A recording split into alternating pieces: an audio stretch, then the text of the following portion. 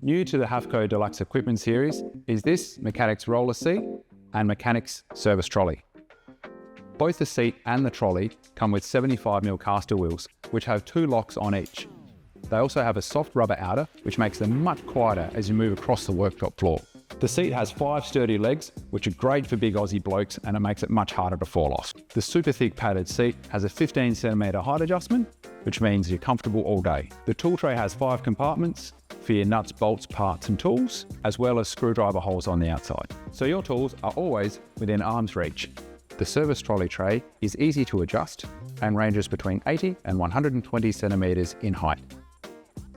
The tray itself has 2 magnetic compartments, specifically designed for those easy to lose tools like a 10mm socket.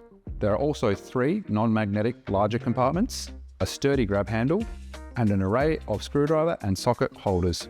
Unlike other service trolleys, ours has a removable tray and 4 caster wheels, so you can bring your tools to ground level and slide underneath the job you're working on. For more information and pricing on our Deluxe series, head to machineryhouse.com.au or head into your local Hare and Forbes store.